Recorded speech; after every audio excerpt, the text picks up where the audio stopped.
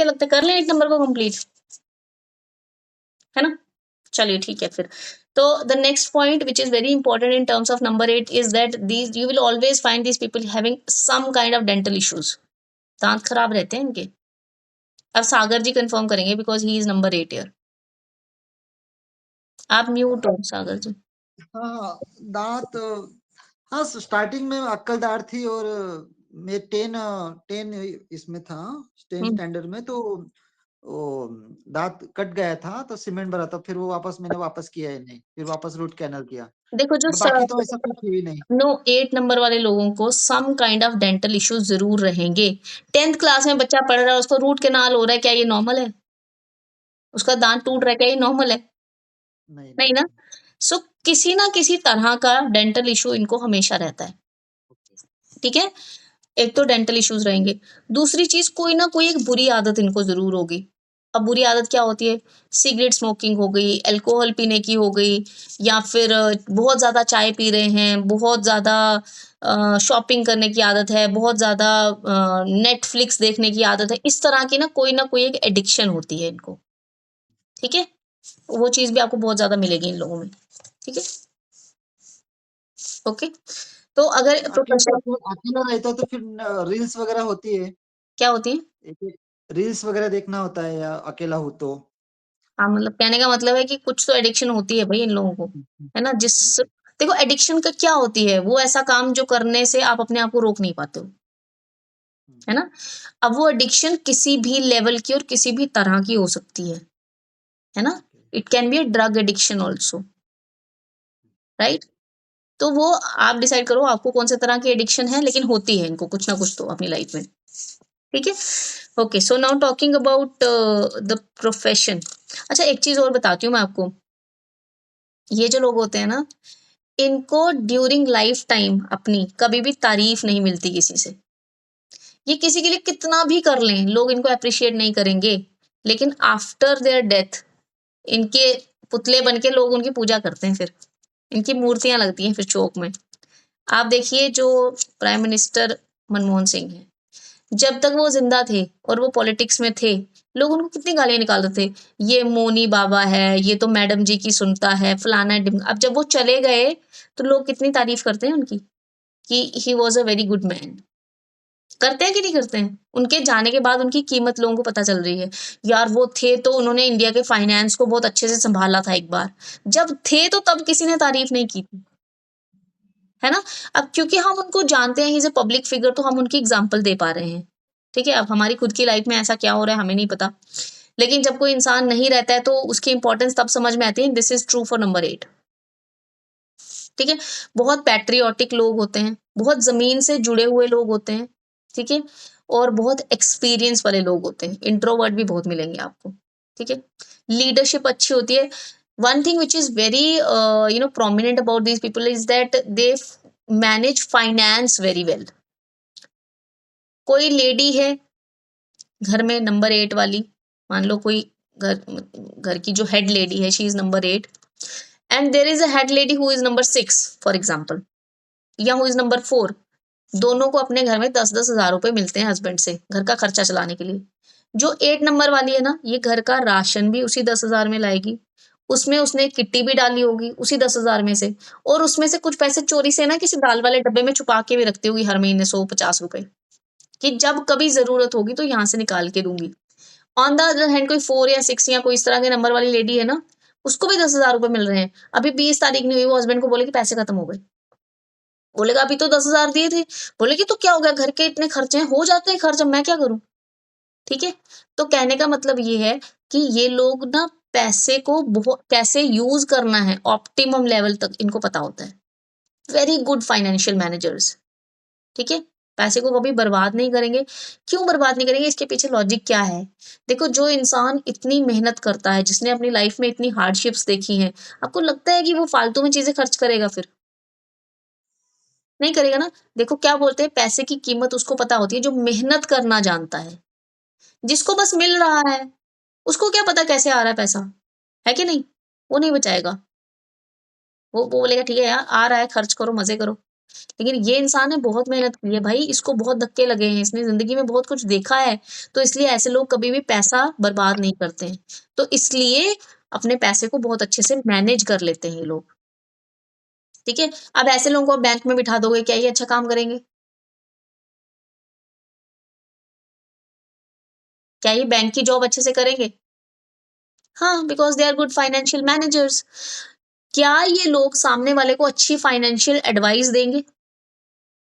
तो they can be good financial advisers also, है ना? चार्टर्ड अकाउंटेंट्स बहुत अच्छे हो सकते हैं ये लोग, है ना? क्योंकि उनका काम भी तो यही है ना, ठीक है ना? तो एक अच्छा चार्टर्ड अकाउंटेंट आपको बताता है कि भई टैक्स कहाँ से बचाना है ना? तो ये लोग एक अच्छे चार्टर्ड अकाउंटेंट्स भी होते हैं। Next thing, they can be very good in the field of law. बहुत अच्छे जज, एडवोकेट्स, लॉयर्स बन सकते हैं, ठीक है? आपको ये लोग या तो बहुत पुअर मिलेंगे या बहुत रिच मिलेंगे, बीच में नहीं होंगे, ठीक है? या तो एकदम सड़क पे होंगे या एकदम राजा जैसी ज़िंदगी जी रहे होंगे, ठीक है? लेकिन एक चीज़ हमेशा याद रखना, जो लोग राजा जैसी ज़िंदगी जी रहे होंगे, उनके पास एक स्टोरी होगी पीछे सुनाने के लिए, भई एक टाइम था जब मैं दिन में 1 ही टाइम खाना खा रहा था। मैं बहुत मेहनत करता था, मैंने बहुत चप्पलें घसी हैं, ये काम सीखने के लिए, करने के लिए, तब कहीं जाके मैं यहाँ पहुँचा हूँ, ठीक है ना?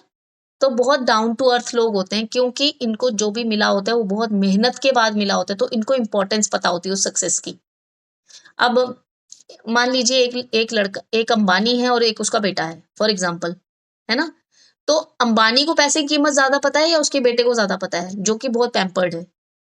उसके तो पापा पैसे कमा रहे हैं ना। आपने कभी सुना है ना, एक कहावत होती है, जब आपकी कमाओगे तो पता चलेगा, बाप की तो सब उड़ाते हैं, है ना? तो जो बाप की होती है ना, उसकी इंपॉर्टेंस हमें इसलिए नहीं पता होती क्योंकि उसके लिए मेहनत बाप ने की होती है ना, हमें क्या पता, हम तो बस खाने बैठे थे। लेकिन जब खुद कमानी है तो समझ में आएगा 1 रुपए की कीमत क्या होती है, कैसे कमाया जा सकता है।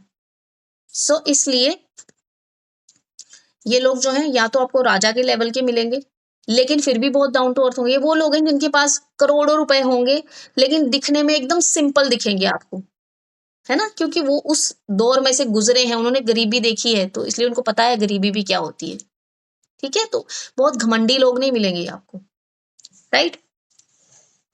दूसरों के ऊपर भी थोड़ा-सा पैसा खर्च करते हैं ये लोग। हाँ, करेंगे कि देखो, क्यों नहीं करेंगे ये लोग दूसरों के ऊपर पैसा दूसरे खर्च। दूसरे बारी आई तो चलो यार अभी हाँ, ये बचा ले, वो बचा लो, खुद के लिए तो। और हाँ। दूसरों के लिए चलो यार खाना खाना है चलो मैंने दे दिए। दान वो क्यों दान ऐसा शुरू होते क्यों होता पहले। है? देखो, इसके पीछे क्या रीज़न है, इन्होंने खुद वैसे हालात देखे हैं।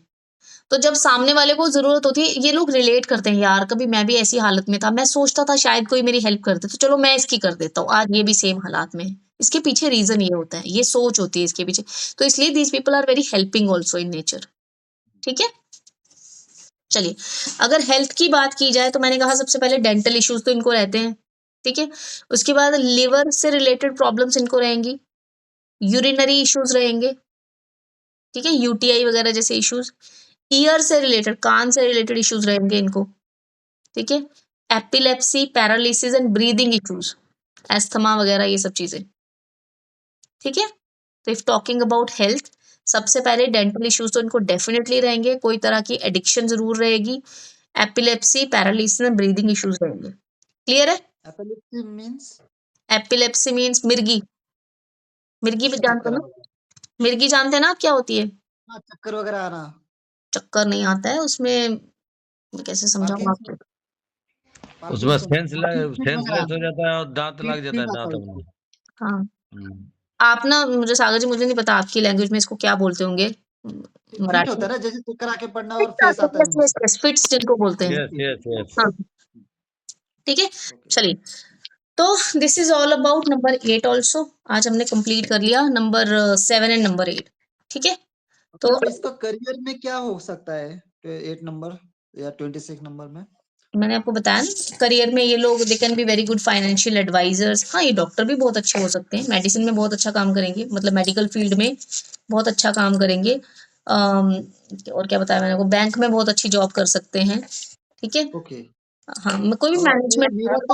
मेरा तो है ही क्योंकि मैं थेरेपिस्ट भी हूँ। अभी नाड़ी परीक्षण भी कर रहा हूँ, मेडिसिन भी दे रहा हूँ। हाँ, तो आप उसमें अच्छा कर सकते हैं, मेडिसिन में ये लोग, मतलब मेडिकल फील्ड में ये लोग अच्छा करते हैं, they are very good doctors, okay. ठीक है ना? चलिए ठीक है, और कुछ पूछना किसी को? किसी ने मुझे ये बोला कि 8 नंबर है या अर्थ से ये तो फिर प्रॉपर्टी या कुछ ऐसा या एग्रीकल्चर में। देखो मैं आपको एक चीज बता दूं, हाँ 8 नंबर एग्रीकल्चर के लिए बेसिकली जो नंबर होता है ना, दैट इज नंबर 9, ठीक है। ओके 8 नंबर जो होता है ना, ये लेबर्स का नंबर होता है, अच्छा जो डेली वेजर्स होते हैं, लेबर होते हैं, ठीक है। तो आप कोई अगर ऐसा काम करेंगे जिसमें आपके अंडर बहुत सारे लोग काम कर रहे हैं ऑन डेली बेसिस, तो आप उसमें भी सक्सेसफुल हो सकते हो। हाँ, प्रॉपर्टी में जा सकते हो, प्रॉपर्टी डीलिंग में जा सकते हो, ठीक है, वो चीज भी डेफिनेटली आप कर सकते हो, लेकिन उसके लिए फिर आपकी ग्रिड भी देखनी पड़ेगी ना दूसरी, और दूसरे नंबर्स भी सपोर्ट कर रहे हैं या नहीं कर रहे हैं, है ना, वो भी सीखेंगे हम आगे चल के, वो भी सीखेंगे, ठीक। तो अभी अगर मैं कुछ चीजें आपको बता रही हूँ कि आपको ये करना है या नहीं करना है, दैट डज नॉट मीन कि आप फटाफट से अपना प्रोफेशन उसमें स्विच कर लेंगे, ऐसा नहीं है। There are other things also which should be which are taken into consideration while while deciding your career, ठीक है। तो अभी थोड़ा थम जाइए, आगे आगे और भी बहुत सारी चीजें सीखेंगे, ठीक है। ठीक ओके, कुछ और पूछना है? अच्छा मैम 7 नंबर में बोले आप जो बोली कंसल्टेंट, कंसल्टेंट मतलब कौन सा चीज का कंसल्टेंट का है, माने कौन सा फील्ड में हो जाएंगे वो लोग?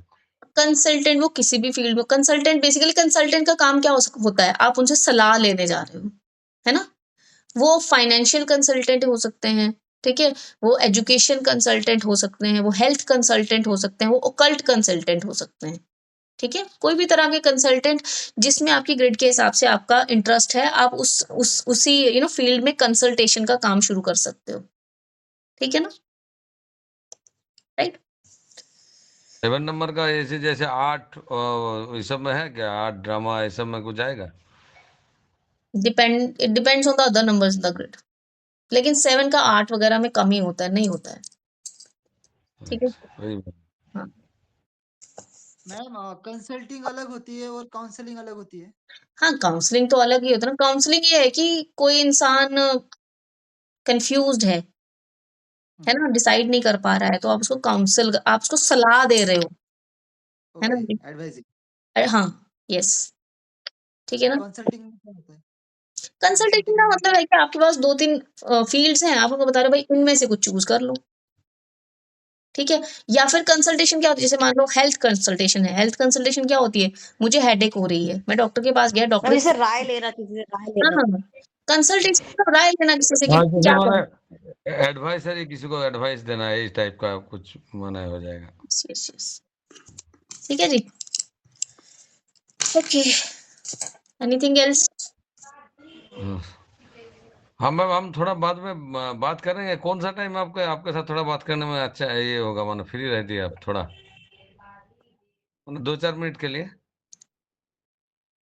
आप मुझे क्लास खत्म होते ही कॉल कर लीजिए, है ना। ठीक है मैम, ओके। चलिए ठीक है फिर, है ना। तो कल मिलते हैं दोबारा, 12 कल फ्राइडे है ना, हाँ कल मिलते हैं, ठीक है। रिकॉर्डिंग्स मैंने सब जो पिछली पेंडिंग थी, एक नंबर 3 वाली, वो भी मैंने भेज दी है, तो please go through it. And जो भी अगर आपके कोई डाउट्स होते हैं या कोई भी क्वेश्चंस होते हैं, तो आप उसको ग्रुप में भी डाल सकते हैं, ठीक है। चलिए ठीक है, okay then, bye bye, take care, thank you so bye much, you all thank you too ma'am.